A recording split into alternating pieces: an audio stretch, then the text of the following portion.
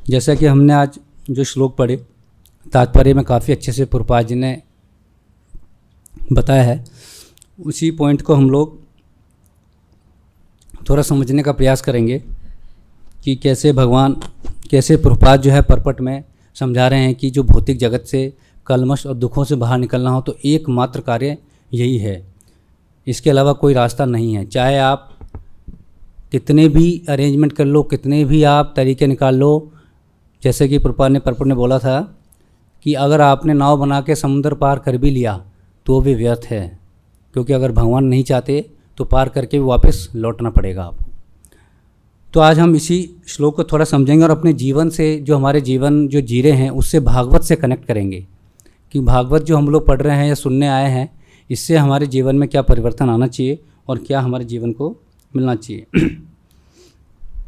सबसे पहले जो पहला श्लोक जो पढ़ा मैंने, उसमें जो ट्रांसलेशन है उसमें क्या लिखा है कि उस जान लेने पर कोई भी मनुष्य को उनके पास लौटकर उनसे साक्षात भेंट कर सकता है। गुह्यम ज्ञान की बात करेगी, कॉन्फिडेंशियल नॉलेज, ऐसा ज्ञान जो किसी को पता नहीं है। गुह्यम मतलब कॉन्फिडेंशियल, हिडन नॉलेज, कोई नहीं जानता। और दूसरा जो अपन ने ट्रांसलेशन पढ़ा, इसमें समस्त कष्टों तथा दुखों के उपचार का सर्वोत्तम उपाय यह है कि अपने सारे कर्मों के भगवान की सेवा में सम्मिलित किया जाए। सारे कर्मों को, कर्म शब्द को बहुत फोर्स दिया गया है, और ये चीज़ कौन किसको बोल रहे हैं? ये नारद मुनि वेदव्यास जी को बोल रहे हैं। तो ये जो ट्रांसलेशन है बेसिकली नारद मुनि द्वारा बोले गया है श्लोक। ये श्लोक किसने बोला है? नारद मुनि ने बोला है। तो इसलिए लास्ट में प्रभुपाद परपट में बोलते हैं कि ऐसा इसकी अनुभूति कुशल तथा प्रकांड विद्वानों ने की है। मतलब कि जो नारद मुनि का जो अनुभूति है, ये नारद मुनि की अनुभूति है जो बोल रहे हैं कि मैंने, क्योंकि उन्होंने बहुत सारा अध्ययन किया, पूरा ज्ञान निकाला, फिर फाइनली वो क्या बोलते हैं कि समस्त कष्टों तथा दुखों से उपचार अगर पाना है तो भगवान, सारे कर्मों को भगवान की सेवा में समर्पित कर दो। ये कोई नारद मुनि की कोई बचकाना या कुछ ऐसी अनुभूति नहीं है कि हाँ ऐसे मजाक में अनुभूति होगी, नहीं। प्रभुपाद यहाँ क्लियर करते हैं कि बड़े बड़े कुशल तथा प्रकांड विद्वानों ने इसकी क्या करी है? पुष्टि करी है। तो हम नारद मुनि की बातों को सीरियसली लें, मतलब हमारे जीवन में उसको उतारें। तो बहुत अच्छा शब्द है, कर्मों को भगवान, जो कर्म है सारे कर्म को भगवान को अर्पित करें। ये हम बार बार सुनते आए हैं, पढ़ते आए हैं हर क्लास में, हर भागवत में, लेकिन क्या हम अभी तक सही मायने में उसको समझ पाए हैं क्या? ये जानना बहुत ज़रूरी है, क्योंकि जब तक आप बेसिक चीज़ नहीं समझोगे, जब तक बड़ी बड़ी बातों का कोई तात्पर्य नहीं रह जाता। भगवान की लीलाओं का सुनना, भगवान भागवत सुनना हमारे जीवन के लिए बहुत बेहतर है, लेकिन आप भागवतम सुनने का कार्य सिर्फ 1 घंटा कर सकते हो। ज़्यादा से ज़्यादा 7 दिन का जो भागवत होता है बाहर, वो भी दिन के 2 घंटे कर सकते हो, लेकिन बाकी के 24 घंटे में से तो आप और कार्य करोगे। तो वो जो कार्य है, जो कि भागवत सुनने के अलावा जो ज़्यादा समय बिता रहे हैं आप, उस समय को आप कैसे बिता रहे हैं वो बहुत महत्वपूर्ण करता है कि वास्तविक में आप भागवत सुन रहे हैं कि नहीं सुन रहे हैं। उसी से मालूम पड़ेगा। यहाँ से जाने के बाद पूरा सुबह से शाम तक आप कैसे जीते हैं, उससे मालूम पड़ेगा कि सही में आप भागवत सुन के आए। अदरवाइज़ कोई मीनिंग नहीं निकलता है कि हम बस भागवत सुन के आ गए, अब ये कार्य तो एक था, अब अपना दूसरा कार्य करें, चाहे वो कैसा भी हो। नहीं, उसको कनेक्ट करें, उसको सही करें। तो थोड़ा हम लोग आज इसी पे जो है पुष्टि डालेंगे कि कैसे अपन कर्म को सही मायने में समझें। इवन भगवान कृष्ण भी भगवद गीता में क्या बोलते हैं? जन्म कर्म च मे दिव्यम यो वेति तत्वता त्यक्त्वा देह पुनर्जन्म नैति मामेति स अर्जुना, कि जो मेरे जन्म और कर्म को समझ लेता है वो वापस इस भौतिक जगत में नहीं आता। खाली भगवान के कर्म को भी समझ गया आप, तो आपको भौतिक जगत में वापस आने की ज़रूरत नहीं, सारे दुखों कष्टों से मुक्ति मिल जाती है। तो जो भगवान ने बोला है, ये श्लोक भगवान ने बोला है, कृष्ण के बोले हुए शब्द हैं ये। और ये जो है, ये किसके बोले हुए शब्द हैं जो अभी पढ़ा हमने? ये नारद मुनि के बोले हुए शब्द हैं। तो प्रभुपाद बहुत अच्छे से जो है भगवद गीता को भागवत से कनेक्ट करते हैं। आजकल जो भागवत बाहर बोली जाती है, 7 दिनों की भागवत होती है, उसमें प्योरली भागवत कथा बोली जाती है, जो भी सीधा 10वां स्कंद पहुंच जाते हैं। पहले से लेकर 9वें स्कंद तक वो लोग ज़्यादा डिस्कस नहीं करते, क्योंकि बहुत ज़्यादा क्या है, वो डिटेलिंग है, भगवान ने कैसे क्रिएशन किया, किस तरह से लेके आए, उसमें ज़्यादा रुचि नहीं लोगों की। रुचि तो भगवान की लीलाओं में है। तो भगवान की लीलाओं का आनंद जब भी ले सकते हो जब भगवान की बोली हुई बातें जो गीता में बोली गई हैं उसको अमल कर रहे हो। आप पूरे दिन ऐसे जीते हैं गीता लाइफ, तब जाके भागवत सुनते हैं तो भागवत का आनंद जो है कहीं गुना बढ़ जाता है। और वास्तविक मीनिंग भी तभी है। भगवान के कैरेक्टर को समझने निकले हो आप तो पहले खुद के कैरेक्टर को समझो। जब तक आप खुद को नहीं समझोगे तो भागवत भगवान को नहीं समझेंगे। तो भगवत गीता जो है खुद के कैरेक्टर के लिए कि मैं क्या कर रहा हूँ और कैसे करना है, और भागवत जो है भगवान को समझने के लिए। तो इस श्लोक के माध्यम से क्या बताना चाहते हैं कि जो व्यक्ति मेरे स्वरूप तथा कर्मों की दिव्य प्रकृति को जानता है वह शरीर त्यागने के पश्चात इस भौतिक संसार में पुनः जन्म नहीं लेता है, अब तो मेरे सनातन धाम को प्राप्त होता है। इस चीज़ पे विश्वास करें, जब भगवान बोल रहे हैं कि सनातन धाम कोई ऐसी जगह है, निश्चित ही जगह है जहाँ पे भगवान रहते हैं, और वहाँ पे हम, ये जो भौतिक दुनिया है बहुत छोटी सी दुनिया है, वो दुनिया बहुत बड़ी है, और वहाँ पे हम सब वहीं के थे और यहाँ आके हम कर्मों में फंस गए, कर्म बंधन में, यहाँ के भौतिक चीज़ों में। तो उस सनातन धाम को अगर जाना है, जो हमारा वास्तविक लक्ष्य है, हर मनुष्य का यही लक्ष्य है। मनुष्य जीवन की वैल्यू, मनुष्य जीवन की महत्व इसीलिए है क्योंकि मनुष्य जीवन के मार्ग से ही, मनुष्य शरीर से ही आप उस सनातन धाम को समझ के वहाँ जा सकते हैं, और जो योनियाँ हैं उसके माध्यम से आप नहीं जा सकते। तो बहुत बेसिक चीज़ है। ज़्यादातर लोग बाहर, हम जब मिलने जाते हैं लोगों से तो बोलते हैं प्रभु जी हम तो कर्म करो, इससे बड़ा कुछ नहीं है, काम करो। तो बहुत बातें करते हैं कि कर्म करना चाहिए, कर्म सर्वोपरि है। तो कुछ कुछ बातें तो सही भी हैं इसमें, लेकिन क्या सही में पूरी बात जो बोला जा रहा है, जिस कॉन्टेक्स्ट में, जिस संदर्भ में, वो क्या सही है क्या? तो हम थोड़ा इसको समझेंगे कि जैसे कार्य होता है, हम सभी लोग कार्य करते हैं, काम करते हैं, कर्म करते हैं, क्या करते हैं? तो कभी आप विचार करना, कभी आप इस पर सोचो आप कि हम जैसे मान लीजिए घर में हम जा रहे हैं, पिताजी चलो मैं काम पे जा रहा हूँ। अपन जनरली बोल चाल भाषा में क्या यूज़ करते हैं? काम पे जा रहा हूँ। अपन बोलते हैं नहीं आज मैं कर्म पे जा रहा हूँ। कौन बोलता है? कोई ऐसा व्यक्ति जो बोले कि नहीं आज मैं कर्म पे जा रहा हूँ? सब क्या बोलते हैं?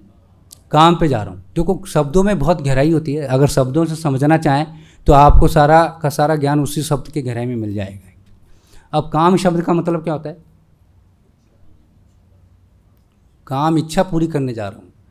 काम शब्द का मतलब ही यही होता है ना?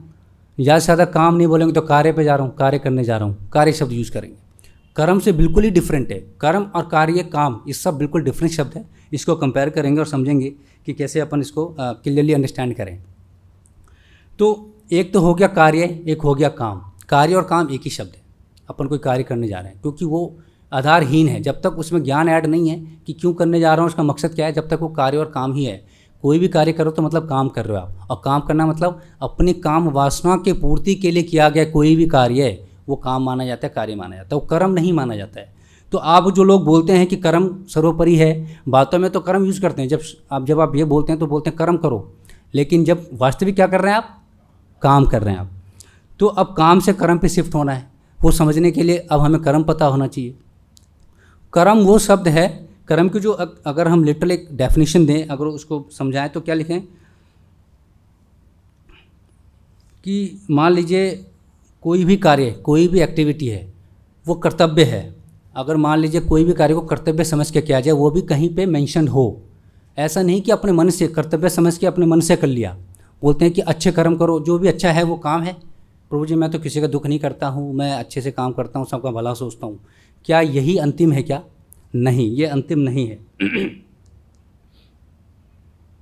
योग्यता के अनुसार निर्धारित कर्तव्यों को कर्म कहा जाता है। सिंपल परिभाषा है, योग्यता के अनुसार निर्धारित कर्तव्य को कर्म कहा जाता है। ये है रियल मीनिंग। मतलब योग्यता और निर्धारित कर्तव्य, दो चीज़ें इसमें लिखी गई हैं। तो किसी व्यक्ति की बुद्धि जो है बहुत छोटी है और उसको बिठा दो, प्रधानमंत्री बना दो, उसको चीफ मिनिस्टर बना दो। लीडरशिप, वो शूद्र कैटेगरी का व्यक्ति है और आपने उसको लीडर बना दिया, तो क्या करेगा वो कर्म नहीं करेगा, वो काम करेगा। फिर कर्म मतलब जो शास्त्रों से लाइन हो, जो भागवत में बोला गया है, जो भगवान कृष्ण ने गीता में कहा है, उसको मानते हुए अगर कर्म करते हैं भागवतों से लाइन होके, तो उसको कर्म कहा जाता है। तो कर्तव्य को निर्धारित कर्तव्य और योग्यता, ये दोनों ही चीज़ मैच होना चाहिए, तब वो जब वो कार्य करता है तो उसको कर्म कहा जाता है। तो योग्यता, ये जो निर्धारित कर्तव्य कहाँ दिया गया है, ये भागवत में दिया गया। कोई भी व्यक्ति जानना चाहे तो जान सकता है भागवत पढ़ के कि मैं किस वर्ण में हूँ और किस आश्रम में हूँ। वर्ण और आश्रम पता कर लीजिए अपना, उसके हिसाब से पूरा दिया गया है कि इस वर्ण और इस आश्रम के व्यक्ति के लिए ये कार्य है, इस वर्ण और इस आश्रम के लिए ये कार्य है। कोई अगर ब्राह्मण है, जैसे ब्राह्मण का टैग लगा उसके कर्म निर्धारित हैं। ऐसे नहीं कि मैं अपने मन से कुछ भी करने लगता हूँ, वो फिर कर्म नहीं होगा, वो फिर काम हो जाएगा, कार्य हो जाएगा। और इसके ऊपर क्या आता है, कृष्ण कर्म। जनरली हम लोग भक्ति और कर्म में थोड़ा सा समझ नहीं पाते। रोज कर्म जो है वो भक्ति से भी ऊपर है। गृहस्थ आश्रम जो है वो तो आप लोग तो पतली गली से निकल लिए, बाकी हम लोग कर रहे हैं, वास्तविक जिम्मेदारी तो हम निभा रहे हैं, वास्तविक कार्य तो हम कर रहे हैं। तो ये जानने की कोशिश करते हैं कि कितना सही है। तो कर्म और भक्ति, अगर मैं आपसे क्वेश्चन पूछूं कि कर्म और भक्ति में क्या ऊंचा है, भक्ति ऊंचा है या कर्म ऊंचा है, कोई बताएगा?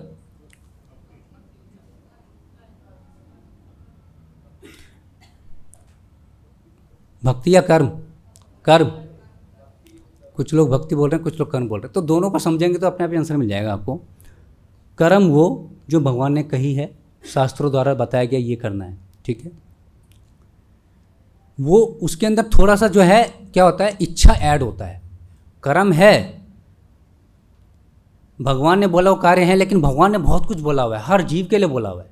कोई चीज़ इंस्ट्रक्शन शूद्र के लिए निकाला गया तो वो ब्राह्मण पे अप्लाई करोगे तो वो तो फिर मूर्खता है। तो यहाँ तो हर वैरायटी के लोग हैं, हर विचारों के लोग हैं, तो भगवान ने सभी के लिए कुछ कुछ बोला है। तो किसी का ज्ञान किसी पर डालोगे तो पूरा का पूरा क्या हो जाएगा, मीनिंग लेस हो जाएगा, कुछ ना कुछ डिफरेंट मीनिंग निकलेगा। तो जब हम भक्ति की बात करते हैं तो हम कृष्ण कर्म की बात करते हैं।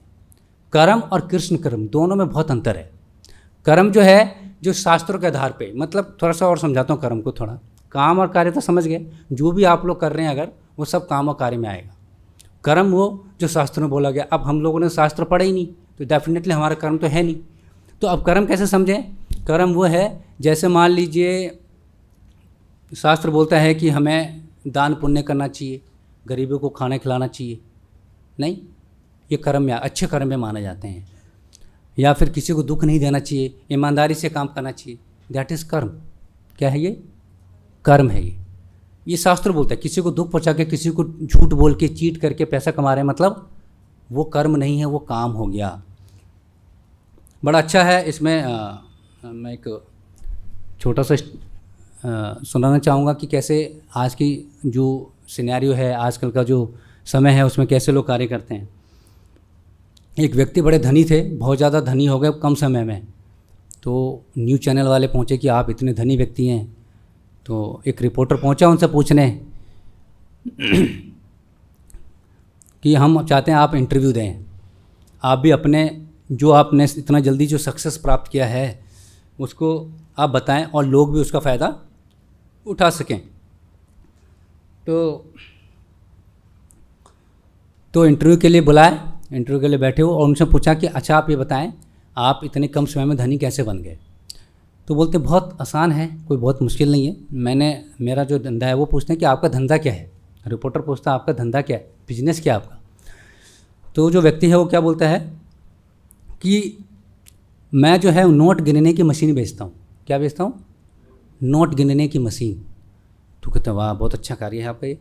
तो लगभग कितने बिक जाते हैं आपके? तो बोलते हैं कि महीने के 1 या 2 मशीन बिक जाते हैं। तो रिपोर्टर पूछते हैं कि महीने में 1-2 मशीन बिक जाते हैं आपके और इतने धनी कैसे हो गए आप? तो बोलते इसमें मुश्किल क्या है? जो व्यक्ति मेरे से जो मशीन खरीद ले जाता है उससे अगले दिन उसके वहाँ पे क्या करता हूँ, चोरी करा देता हूँ। जो व्यक्ति मशीन ले जा रहा है नोट गिनने की, डेफिनेटली उसका नोट है इसलिए ले जा रहा है, राइट? तो मैं क्या करता हूँ, अगले दिन उसके घर में चोरी करवा देता हूँ, तो खूब पैसा आ गए। तो आजकल का बिजनेस का फंडा ही यही है, लोगों को झूठ बोल के लोगों को चोरी कर लो और हम धनी बन जाते हैं। सब गरीबों को थोड़ा थोड़ा चोरी कर लो, हम धनी बन गए। गरीब और गरीब हो गया, धनी और धनी हो गया। तो मैंने ये एग्जाम्पल क्यों दिया है? क्योंकि ये तो ग्रॉसली है, चोरी है डेफिनेटली, लेकिन इनडायरेक्टली भी चोरी होती है। अगर आप किसी को ईमानदारी से कोई कार्य नहीं कर रहे हैं मतलब वो कर्म में नहीं आएगा, ये क्लियर है। बिजनेस के लिए भी कुछ प्रावधान दिए गए हैं। अगर व्यवसाय करना है, इसमें बड़ा अच्छे से बोला है, कोई भी व्यवसाय हो, मैंने परपट पढ़ा था, उद्योगपति या किसान या कोई भी व्यापारी या कोई व्यवसाय करता है, उसकी गाड़ी कमाई खर्च भगवान के लिए करें। गाड़ी कमाई का खर्च भगवान, गाड़ी कमाई मतलब 100 रुपये में से 51 रुपये उधर खर्च करें, 49 रुपये खुद के पास रखें, जब भी तो गाड़ी कमाई होगी। मतलब देने का जो रेशो हो ज़्यादा हो, रखने का रेशो कम हो। 100 में से 54 दे दी हमने, नहीं। तो यहाँ पे क्या बोल रहे हैं, गाड़ी कमाई, साफ साफ बात बोल रहे हैं इसमें, तो इसको हमें समझना है।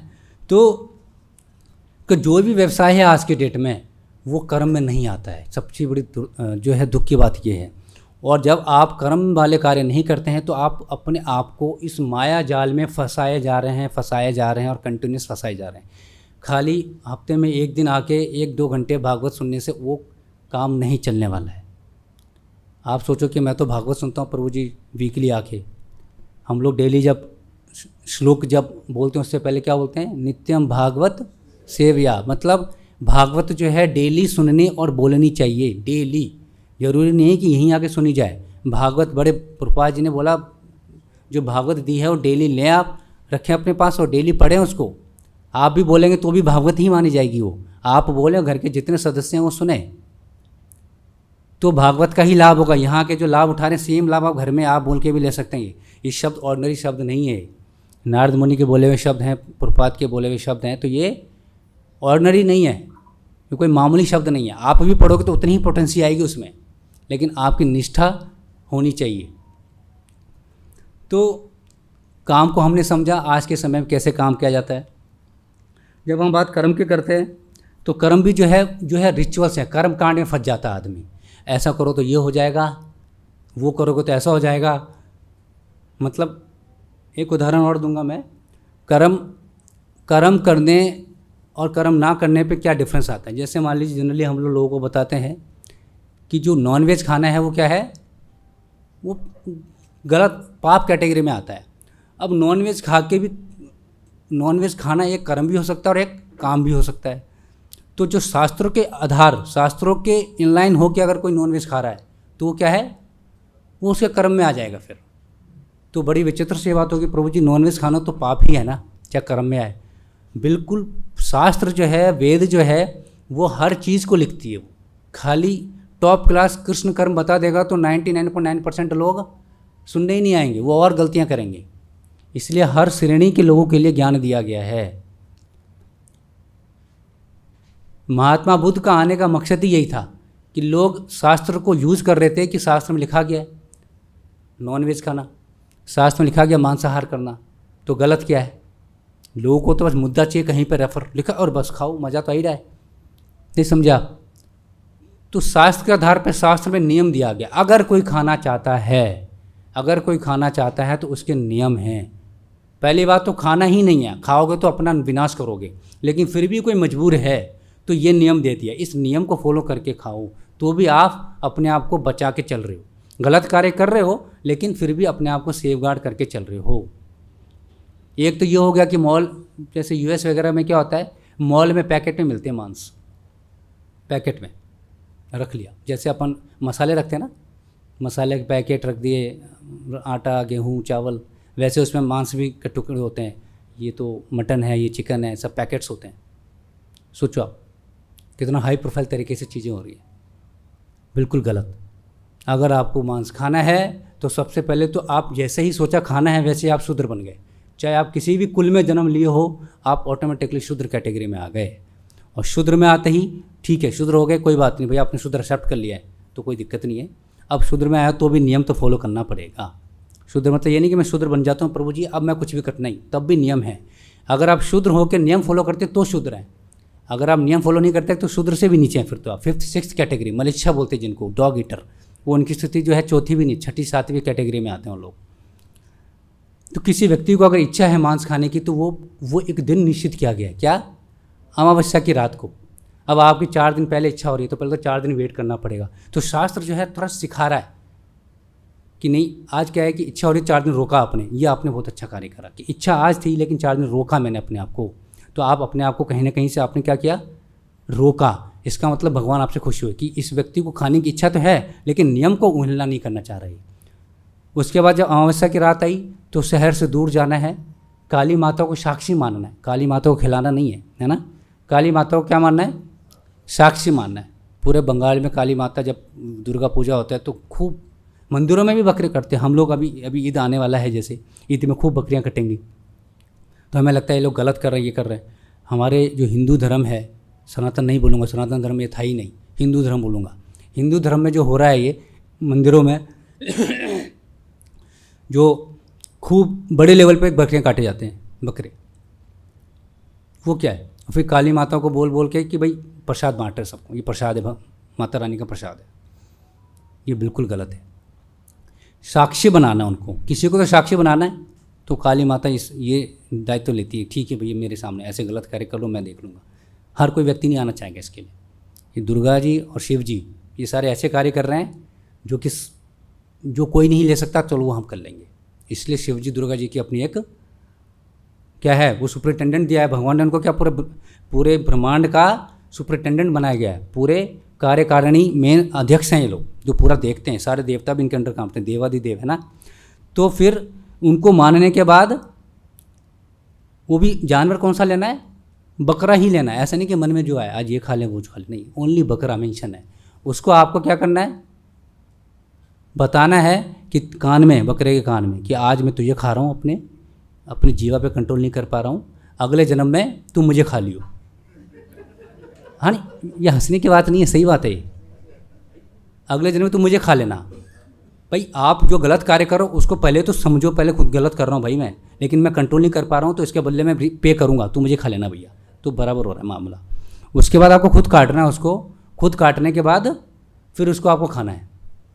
तो कितना विचित्र सा है ना ये पूरा सीन, कहेगा यार कौन खाए, 2 बार करते करते तीसरी बार कहोगे भैया मुझे नहीं खाना, ये सब फालतू चीज़ें, आप अपना भी बंद कर दोगे। तो भगवान जो शास्त्र में कोई भी चीज़ बोली गई है उसका कोई ना कोई मीनिंग है। आज इतने सारे कर्मकांड होते हैं, मंदिरें बनाए गए, जगह जगह चढ़ावा, ये चढ़ा दो, नारियल फोड़ दो, शुभ कार्य हो गया है। तो क्या वास्तविक में शुभ कार्य हो रहा है, मालूम नहीं। तो हम शास्त्रों की चीज़ों को भी क्या कर लिया, हमने मैनिपुलेट कर दिया है, वास्तविक जो होना चाहिए वैसा है नहीं। तो कर्म में और कार्य में जो डिफरेंस है वो समझ आ रहा है आपको। आप हर मिनट को हमेशा ऑब्जर्व करें कि जो मैंने आज कार्य करा है वो कार्य है, काम है या कर्म है, और कर्म एटलीस्ट कर्म करो। लेकिन हम तो आप लोग जो सेलेक्टेड लोग यहाँ बैठे हैं, हम आपको कर्म करने के लिए नहीं बोलेंगे, हम आपको बोलेंगे कृष्ण कर्म करो, क्योंकि अंतिम लक्ष्य ही यही है। नारद मुनि बोल रहे हैं इसमें, क्या बोल रहे हैं कि अपने सारे कर्मों को भगवान की सेवा में अर्पित किया जाए। अब जब सारे कर्म को भगवान की सेवा में अर्पित करेंगे वैसे ही वो कृष्ण कर्म में कन्वर्ट हो जाएगा। पहले तो काम से कर्म में कन्वर्ट करना है, फिर कर्म से कृष्ण कर्म। कृष्ण कर्म सिंपली क्या है, जो भी कार्य कर रहे हो भगवान को अर्पित कर दो, सिंपल। वो जो भी कार्य हो वो कृष्ण कर्म में अर्पित हो जाएगा। अर्जुन का उदाहरण दिया है, अर्जुन की इच्छा नहीं थी युद्ध करने की, अर्जुन चाहता था मैं युद्ध नहीं करूँगा, लेकिन उसके बाद फिर भगवान ने जब बोली गीता, फाइनली वो कन्विंस हो गए कि हाँ मैं युद्ध करूँगा। और युद्ध के अंदर ऐसे ऐसे चीज़ें बोली कृष्ण ने कि बड़े ही अधार्मिक लग रहा था, युद्ध के नियम के अगेंस्ट था। कर्ण को मारा तो अर्जुन नहीं चाहते थे मारना, लेकिन कृष्ण ने बोला है तो मारा उन्होंने। तो जो भगवान ने बोला है वही धर्म है। भगवान बोलते हैं कि इसको मार दो तो धर्म है, भगवान बोलते हैं कि इसको बचा लो तो धर्म। हम बोले नहीं कैसे मार दें इसको, तो आपने अधर्म कर दिया। तो हम अधर्म धर्म, हमें लगता है अच्छा कार्य कर रहे हैं, प्रभु जी मैं बहुत अच्छा कार्य करता हूँ कि झूठ नहीं बोलता हूँ, ईमानदारी से काम करता हूँ, किसी को चीट नहीं करता हूँ, और मैं लोगों की मदद करता हूँ। तो आप अगर शास्त्रों के अधीन कार्य करें तो आप कर्म तो कर रहे हैं, लेकिन कर्म भी जो है बंधन का ही कारण है। बस जो काम कार्य है, जो काम कर रहे हैं उसकी वजह से आपको क्या मिल रहा है, पाप, जिसकी सज़ा मिलेगी नरक में। अब नरक की बात है तो जनरली अपन बोलते हैं कि आजकल तो नरक में भी जगह नहीं है, क्योंकि इतने लोग काम गलत करें कि नरक पे फुल हो रखा है। नहीं, एक व्यक्ति को उसकी दादाजी सपने में आए, दादाजी जो जाके स्वर्गवास हो गए थे। जनरली हम लोग स्वर्गवास यूज़ करते हैं शब्दों में, जो चले जाते हैं जब, जरूरी नहीं कि स्वर्गवासी हुआ, वो कहीं भी वास हो सकता हो तो, लेकिन बोलचाल में स्वर्गवास। तो उनके दादाजी उसके सपने में आते हैं, बट तो बोलते हैं कि बेटा तू चिंता मत कर, जितने काम करने गलत कर ले, क्योंकि नरक में जगह ही नहीं है। मैं तो खुद दीवार पे बैठा हूँ, तो चिंता की बात नहीं, तू भी सारे गलत काम करने कर ले, मौका अच्छा है। तो अभी हालात ऐसे हैं कि हम लोग करे जा रहे हैं, हमें लग रहा है कि हम अच्छा काम कर रहे हैं। मैं तो झूठ नहीं बोलता हूँ, लेकिन झूठ नहीं बोलना भी, एक छोटा सा उदाहरण दूंगा। कुरुक्षेत्र के युद्ध के मैदान में युधिष्ठिर को बोला जाता है कि आप झूठ बोलें। अश्वत्थामा मारा गया, अब अश्वत्थामा तो जिंदा है। तो युधिष्ठिर बड़े ही वो थे, धर्मराज थे, नहीं बिल्कुल धर्म के अनुसार जो शास्त्र में बोला गया वैसे करूँगा। लेकिन शास्त्र से ऊपर भी जब आते हैं ना कृष्ण, तो शास्त्र भी तो उन्होंने दिया है ना, फिर तो बोलते मैं नहीं बोलूँगा। और फिर उनको समझाते हैं कि ठीक है आप बोलो कि अश्वत्थामा मारा गया, हाथी या फिर मनुष्य, पता नहीं, ऐसा कुछ। और जैसे वो बोलते हैं इस तरह से वो क्या करते हैं, वो शंख बजा देते हैं, तो बड़ा कन्फ्यूजन हो जाता है। तो द्रोणाचार्य को समझना था कि युधिष्ठिर ने बोला है ना, तो ये झूठ नहीं बोल सकता। मतलब युधिष्ठिर की इतनी दुनिया जानती थी कि इस व्यक्ति ने बोल दिया है तो वो तो धर्म से भी ऊपर है, इतना विश्वास था। वो व्यक्ति भी कृष्ण के आगे गलत मानेगा। क्यों? क्योंकि भगवान ने बोला था झूठ बोलो, वहाँ झूठ बोलना ही धर्म था एक्चुअली। तो बड़ा ही कन्फ्यूजन है एक्चुअली में। इसलिए बोला जाता है कि भगवद गीता अगर आपको सही समझ आ गया तो आप अपने जीवन को इन सारे कन्फ्यूजन से दूर निकाल सकते हो। और जब तक ये छोटी छोटी बातें समझ नहीं आएगी आपको, तो जो वास्तविक लेवल पे काम होना चाहिए, यहाँ से जाने के बाद क्या करना है पता ही नहीं है। यहाँ बैठ के तो भक्ति हो गई आधे 1-2 घंटे, उसके बाद कर्म काम में लग गए, कार्य और काम में लग गए, और ज़्यादा कर्म में लग गए। कुछ लोग होंगे जो कर्म करेंगे, कृष्ण कर्म में लगना है। और कृष्ण कर्म में लगने के लिए जानकारी होना बहुत जरूरी। नहीं तो युधिष्ठिर जैसा भी व्यक्ति है हमारे यहाँ पे, कोई व्यक्ति युधिष्ठिर जैसा, कि उसके बाद पे कोई मरने को तैयार हो जाए कि नहीं, इसकी बात अगर इसने बोली तो मैं 100% सही है। हम में से कोई नहीं है।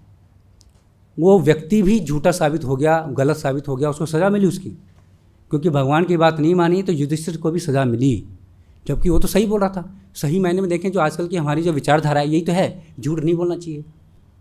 लेकिन झूठ क्या है? झूठ पता नहीं क्या है, लेकिन झूठ नहीं बोलना चाहिए। तो बोलना नहीं क्या चाहिए, आपको ये नहीं मालूम है। तो हर चीज़ को बारीकी से समझना पड़ेगा।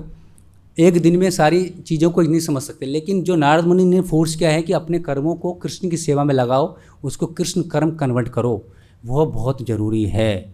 जितना भी समय है अब तक जो भी काम करा उस सबको भूल के अब जो काम कर रहे हैं, हम जो कार्य कर रहे हैं उसको इमीडिएटली कन्वर्ट कर सकते हो। उस काम को डायरेक्ट कृष्ण कर्म में कन्वर्ट कर सकते हो। ऐसा नहीं कि काम से कर्म, कर्म से कृष्ण कर्म, नहीं, डायरेक्ट काम से कृष्ण कर्म में कन्वर्ट किया जा सकता है।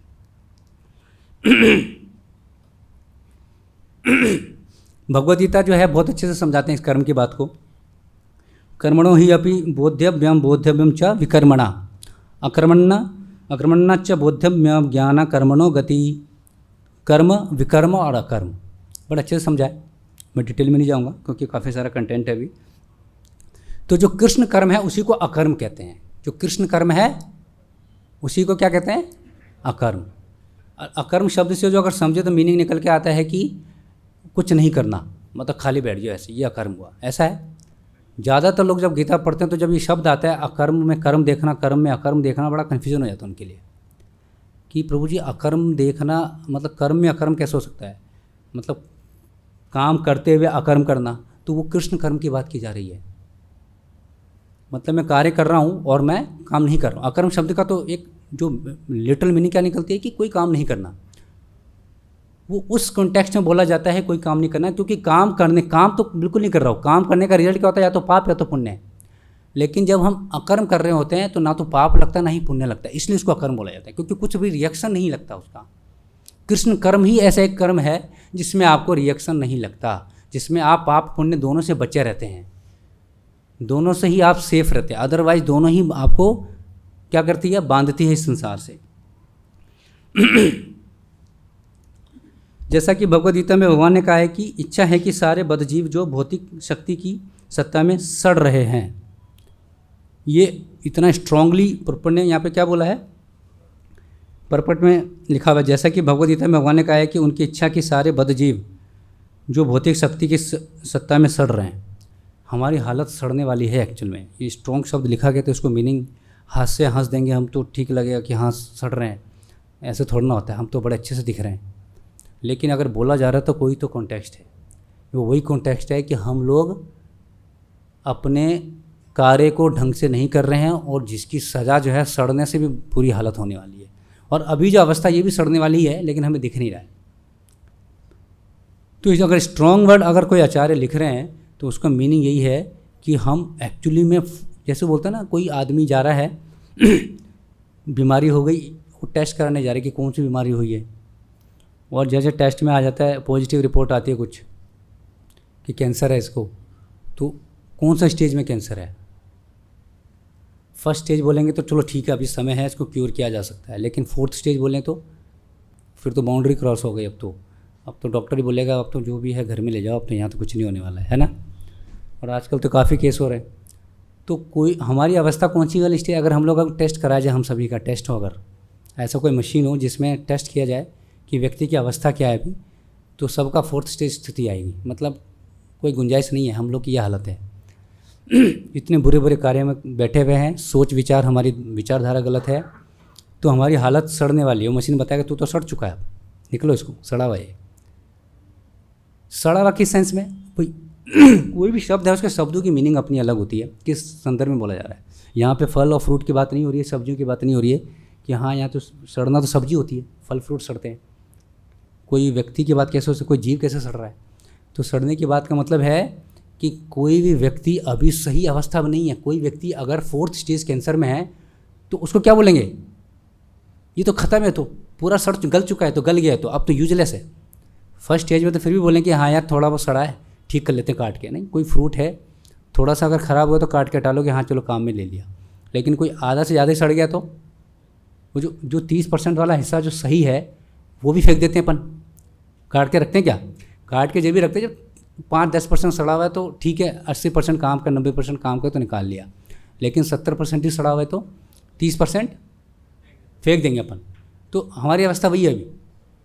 वो मशीन ये बोलेगी कि ये तो सड़ चुका है, फोर्थ स्टेज है, हटाओ इसको। लेकिन हमें लगता नहीं, मैं तो अच्छे से कमा रहा हूँ, बढ़िया पैसा है, बढ़िया एंजॉय कर रहा हूँ। और पैसा कैसे कमा रहे हैं देख ही लिया आपने, नहीं? तो लोगों को चीट करके पैसा कमा रहे हैं, कहीं ना कहीं चीट कर रहे हैं।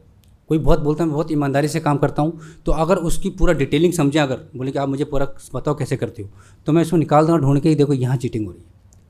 चीटिंग तो हो रही है, चाहे डायरेक्टली चाहे इनडायरेक्टली।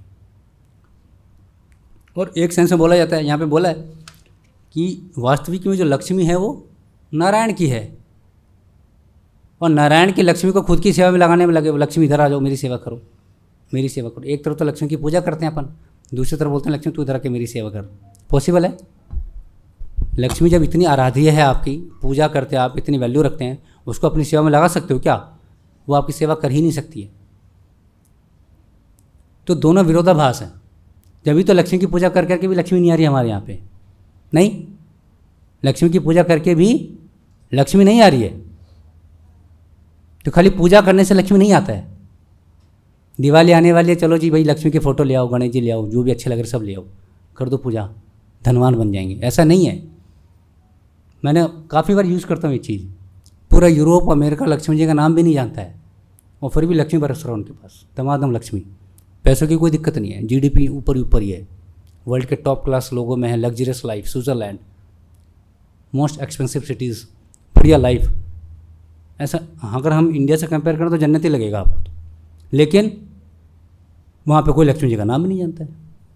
यहाँ दिन रात अगरबत्ती जला जला के थक गए, फिर भी अगरबत्ती का पैसा नहीं निकल पा रहा है। ये हालत है। कारण क्या है? कारण ये है कि हम कर्म काम इन सबको नहीं समझ पा रहे हैं। खाली मंदिर जाके नारियल फोड़ने से उद्धार नहीं होने वाला है। आपका काम कर्म में नहीं बदल जाएगा, याद रखें आप। वो काम ही रहेगा, चाहे कितने नारियल फोड़ दें आप मंदिर जाके, कितने लड्डू चढ़ा लें आप। समझो इस बात को आप। तो आप जब यहाँ से जाएं तो ये ध्यान रखें कि मैं अभी जो कर रहा हूँ, ये जो कार्य है, ये कृष्ण कर्म है कि नहीं है। अगर आप कर पा रहे हैं कृष्ण कर्म में कन्वर्ट तो बहुत अच्छी बात है, नहीं कर पा रहे तो इमीडिएटली आएँ। वो कोई भी जो डिवोटी से टच में है, जिसको जानते हैं, उससे पूछें आके कि प्रभु ये कार्य मुझे करना तो ही ज़रूरी है, लेकिन इसको कृष्ण कर्म कैसे बनाया जाए। अगर आप इतनी सोच पे नहीं जी रहे हैं आप, तो वास्तविक में हम जो आ रहे हैं यहाँ पे, इसका जो जो मीनिंग निकलना चाहिए वास्तविक फल, वो नहीं मिल रहा आपको। फल तो बहुत मिलना चाहिए, लेकिन अब इतना सा एक अंगूर लेके जा रहे हैं। बड़े बड़े अंगूरों के बागान मिलने चाहिए आपको, लेकिन आप एक अंगूर लेके जा रहे हैं। तो आप बुद्धिमान हैं कि मूर्ख हैं? मूर्ख तो कैसे बोले, हम तो बुद्धिमान ही हैं। तो हमें अगर अंगूर का बागान दे कोई और एक अंगूर दे बस, तो कौन सा लोगे आप? डेफिनेटली अंगूर का बागान लेंगे ना। तो आप यहाँ पे अंगूर का बागान लेने आए, ना कि एक अंगूर लेके खुश मत होइए आप कि मेरे को एक अंगूर मिल गया, नाच रहे हैं आप खुश होके, नहीं। तो अंगूर का बागान लेना है तो यहाँ से जाने के बाद विचार करना है कि आज जो सुना मैंने उसको कैसे अपने जीवन में अपनाना है। तब तो जीवन सफल है, तब तो जीवन का बेड़ा पार है, साक्षात भगवान के दर्शन होंगे। और नारद मुनि साहब बोल रहे हैं कि मनुष्य उसे जान लेने पर कोई भी मनुष्य उनके पास लौटकर उनसे साक्षात भेंट कर सकता है। लो, कहानी खत्म हो गई। अगर भगवान के ही दर्शन हो गए तो फिर तो सारी दुनिया ही आपकी है। नहीं समझे आप? क्योंकि भगवान का, इस दुनिया का मालिक कौन है? भगवान है। और भगवान मेरे पिता हैं। अगर मुझे पता लग गया अरे मेरे पिता तो भगवान ही है, कृष्ण तो मेरे पिता हैं, परम पिता परमेश्वर, तो पिता का जो पूरा धन है उस पर बच्चे का पूरा अधिकार होता है। बच्चा तो बाय डिफ़ॉल्ट ही समझता है, भले उसका नाम नहीं हो, अरे तो मैं भी तो इसका मालिक हूँ, नहीं है कि नहीं?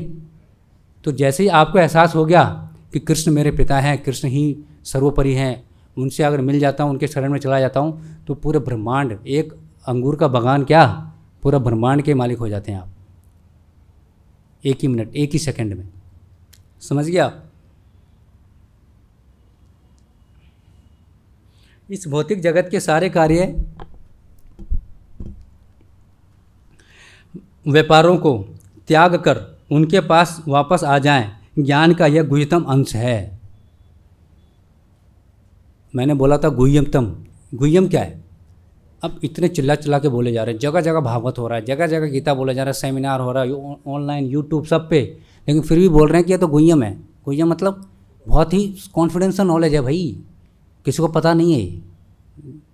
और जबकि हर जगह क्लासेस, हर जगह सेमिनार, ऑनलाइन, यूट्यूब, फिर ये कॉन्फिडेंशियल कैसे रहा?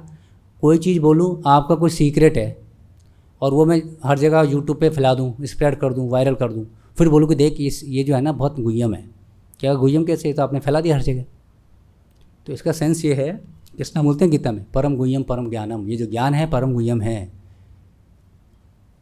ये ऐसा ज्ञान है, ये मान लीजिए ऐसा कुछ है, अगर समझाने के लिए बोला जाए कि आपको कहीं पे बहुत सारा ट्रेजर है, मतलब दौलत है, बहुत है, सोने चांदी के घड़े हैं कहीं दबे हुए, उसका एक नक्शा है, और नक्शा हाथ लग गया आपको, वो नक्शा समझ ही नहीं आ रहा आपको। नक्शा हाथ तो लग गया कि ये नक्शा अगर समझ आ जाए तो भाई मेरे को दुनिया भर का दौलत मिल जाएगा, लेकिन नक्शा तो सामने ही है, लेकिन समझ नहीं आ रहा कि बोलना क्या चाह रहा है। तो गीता तो ही, भागवत तो है, लेकिन ये समझ ही नहीं आ रहा है ये कहना क्या चाह रहा है। तो इसलिए गुह्यम है। पढ़ के भी हमें समझ नहीं आया, मतलब कॉन्फिडेंशियली है ना, खोल दो, जिसको समझ ही नहीं आ रहा तो मैं तो खोल दूंगा, ये है पासवर्ड लिख दूंगा, कुछ भी अजीब सा लिख दूंगा, आपको समझ ही नहीं आ रहा, तो पासवर्ड दिखा रहा हूँ फिर भी आपको समझ नहीं आ रहा, मतलब वो गुह्यम है। तो गीता का ज्ञान भी इतना ही कॉन्फिडेंशियल क्यों है? क्योंकि किसी को समझ ही नहीं आ रहा है। वो अर्जुन जैसे व्यक्ति को समझने में टाइम लग गया, वो भी आर्गू कर रहा है, कृष्ण से आर्गू करने लगे हुए हैं, तब जाके उनको फाइनली समझ आता है। तो हमारी स्थिति तो सोच ही लो कि हमारी स्थिति क्या है।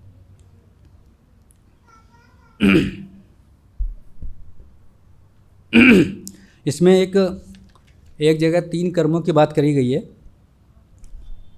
3 कष्टों की बात करी गई है। कष्ट, हमारे साथ जितने भी कष्ट आते हैं उसके 3 ही प्रकार हैं, चौथा कोई प्रकार नहीं है। प्रकार समझते हैं, टाइप। तो एक तो होता है क्या, आध्यात्मिक, आदि भौतिक और आदि दैविक। आपके पास कष्ट इसी तीनों की वजह से ही आ सकते हैं, बाकी चौथा कोई कारण नहीं है। आध्यात्मिक मतलब खुद से उत्पन्न हुई, खुद से शरीर में कुछ बीमारी हो गई, नहीं सर में दर्द हो रहा है, ये तो खुद से है, इसने तो किसी ने तो दिया नहीं, बैठे बैठे हेडेक हो गया, माइग्रेन हो रहा है। एक होता है आदि भौतिक, जो कि इस दूसरे जीवों से मिलता है, दूसरे जीवों से कोई भी आपके दुख के कारण में जीव ही इन्वॉल्व होगा, याद रखें आप ये। कोई वस्तु इन्वॉल्व नहीं होगी। आप बोलो कि नहीं ये जो टेबल है ना प्रभु जी मेरे को दुख दे रहा है, अगर वो दुख देगा तो आप टेबल को पहले जला काट के हटा दोगे, फेंक दोगे आप? नहीं, कोई भी वस्तु आपको दुख देगा नहीं देगा, वो वस्तु जो है आप उसको हटा दोगे। लेकिन कोई जीव खुद से दुख आना मतलब आध्यात्मिक, आदि भौतिक मतलब दूसरे जीव से, पराये से, मेरे दोस्त से, मेरे बच्चों से, समाज से, किसी व्यक्ति से आदि भौतिक, मच्छर से आदि भौतिक, मच्छर खा गया, अब ये कहाँ से दुख आया? ये भी तो दुख है। सोने नहीं दिया रात भर प्रभु जी, मैं इसलिए माला नहीं कर पाया, रात भर सो ही नहीं पाया मैं, तो मच्छर ने खा लिया। अब बेचारे मच्छर को तो बोल के भेजा नहीं है कि जाओ उसको काटो, वो तो खा गया आपको। तो उस किसी भी जीव से, चाहे मनुष्य हो चाहे 84 लाख योनि में कोई भी जीव हो, उससे दुख मिलता है, उसको बोलते हैं आदि भौतिक। और तीसरा है आदि दैविक, किसी भी देवता से दुख मिले। अब देवता से दुख मतलब बाढ़ आया, बाढ़ में मकान टूट गया, तो बाढ़ का कोई व्यक्ति नहीं है गुनहगार। इसका ये कौन ये गुनहगार तो कौन है? गुनहगार तो हम ही एक्चुअली। ये देवताओं के द्वारा की गई है। भूकंप आ गया, बाढ़ आ गया, सूखा पड़ रहा है, बारिश ही नहीं आ रही, ज़्यादा बारिश आ गई, इसके कारण भी दुख आते हैं हमको। किसी का मकान ही ढह जाता है, किसी का बिजनेस ही ख़त्म हो जाता है, किसान का खेत ढह गया, तो इनसे जो मिलने वाला दुख है वो बोलते हैं आदि दैविक। तो 3 प्रकार के कष्ट हैं जिसके माध्यम से हम लोग को कष्ट मिलता है।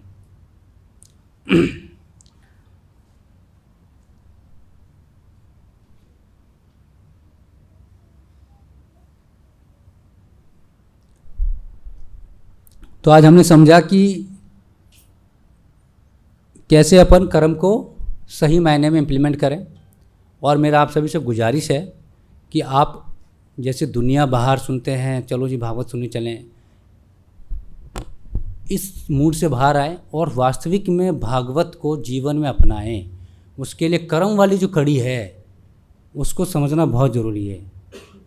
और वो आप जितना ज़्यादा गीता को अध्ययन करेंगे, गीता को समझेंगे, जितना ज़्यादा आप क्वेश्चन करेंगे, पूछेंगे, उसी से आपका वो समझ आएगा। तब आप भागवत को आनंद ले, भगवान की लीलाओं का आनंद जब भी मिलेगा जब आप 24 घंटे कर्म में जी रहे हो, आप कृष्ण कर्म में जी रहे हो, आप समझ रहे हैं आप, तब जाके आप भगवान की लीलाओं को इतना आनंद लोगे जितना कि आप 1000 गुना महा आनंद लोगे आप। अभी तो क्या है कि एक डबल ट्रिपल आनंद आ रहा है, लेकिन 1000 टाइम मल्टी आनंद ज़्यादा आएगा। तो हमारे कर्म जैसे जैसे सुधरते जाएंगे, काम से कर्म और कर्म से कृष्ण कर्म बनेंगे, वैसे वैसे आपको आनंद की प्राप्ति होने लग जाएगी। हम यहीं विराम देंगे। आज व्यास पूजा ऑफरिंग है। मैं बताऊंगा आपको कि अपने जो गुरु महाराज हैं जिसके माध्यम से आज हम लोग समझ पा रहे हैं, प्रपात की बुक पढ़ रहे हैं, तो हम इनके ऋणी हो जाते हैं। किसी व्यक्ति से कुछ लेते हैं अगर आप, कुछ भी चीज़, चाहे ज्ञान हो, चाहे कोई वस्तु हो, चाहे कोई मदद हो, तो हम उसके ऋणी हो जाते हैं, नेचुरल हो जाते हैं। हम अबला जाते हैं, उसने मेरी मदद करी थी, तो अपने पे झुकने लग जाएंगे हम, नेचुरल है नहीं। तो हमने गुरु से इतना बड़ा ज्ञान लिया, हमें इन्होंने भव सागर में फंसे हुए तो वहाँ से निकाला हमको, तो हमें इनके लिए ऋण जो है वो अदा कैसे करें? तो गुरु का ऋण कोई अदा नहीं कर सकता है, कुछ भी दे दो, कितना दौलत दे के तो हो भी नहीं सकता है। वैसे भी सही मायने में एक गुरु के ऋण से अगर अदा होना है तो सिर्फ उनके उपदेश को अपने जीवन में एज इट इज अपनाना है, डिसिप्लिन लाइफ जीना है। डिसेपल मतलब डिसिप्लिन। तो व्यास ऑफरिंग है। जन्माष्टमी के अगले दिन जो है गुरु महाराज जो हमारे आचार्य प्रपात जी हैं, इनका जन्म हुआ था। तो हम लोग उस दिन जो है, जो भी हम आज लेटर लिखेंगे प्रपात के लिए कि हमें प्रपात से क्या लाभ हुआ, मैं आपके मूवमेंट से जुड़ा, मुझे ये लाभ हुआ, मेरा जीवन सफल हुआ, पहले जीवन में कठिनाइयाँ थी, आज मेरा जीवन बहुत सिंपल हो गया है, बहुत आसान हो गया है। तो आप एक लेटर लिख सकते हैं, हिंदी इंग्लिश जो भी लैंग्वेज आता हो, आप प्रपात के लिए एक लेटर लिख सकते हैं। कोई भी व्यक्ति लिख सकता है, जिसको नहीं लिखना आता है वो बोल तो सकता है, वो बोल के किसी को बोल के लिखवा सकता है। आप वो लेटर, इसको बोलते हैं व्यास पूजा ऑफरिंग, एक गुरु महाराज के लिए ऑफर करना है ना। तो वो आप लिखें और सारी जानकारी, नोटिस बोर्ड है बाहर, उस पर लिखा हुआ है कि कैसे लिखना है, कहाँ पे जाके सबमिट करना है, किसको सबमिट करना है, वो सब सारी जानकारी आपको मिलेगी। तो मेरी आपसे गुजारिश है, आप सभी लोग जितने लोग बैठे हैं व्यास पूजा ऑफरिंग लिखें गुरु महाराज के लिए, और लोगों को प्रेरित करें जो भी आपके टच में जो नहीं है आज। ये एक बहुत बड़ी सेवा है गुरु महाराज के लिए। और ये जो है जितनी भी ऑफरिंग लिखी जाएगी ऑल ओवर इंडिया में, तो इस्कॉन बैंगलोर के अंदर एक बुक छपती है व्यास पूजा ऑफरिंग के नाम पे, मोटी बुक आती है, आप लोगों ने देखी होगी। उसमें सभी का लेटर प्रिंट होता है, उसमें जो भी लिखेंगे हम सबका लेटर। जयपुर का कैटेगरी आएगा, जयपुर में सारे डिवोटीज, कांग्रेगेशन, फोक सबका आएगा लेटर। फिर उसमें से उस दिन अपन ओथ जो लेते हैं, जो बोलते हैं, वहाँ पे बोली जाएगी प्रपात के सामने कि मैंने ये ऑफ़र किया आपको। तो आप सभी से गुजारिश है कि आप व्यास पूजा ऑफरिंग लिखें। किसी की कोई क्वेरी हो, डाउट हो तो पूछ सकते हैं। कोई डाउट? श्रीमद् भागवतम की जय, जगत गुरु श्रील प्रभुपाद की, निताय गौर प्रेमानंदी।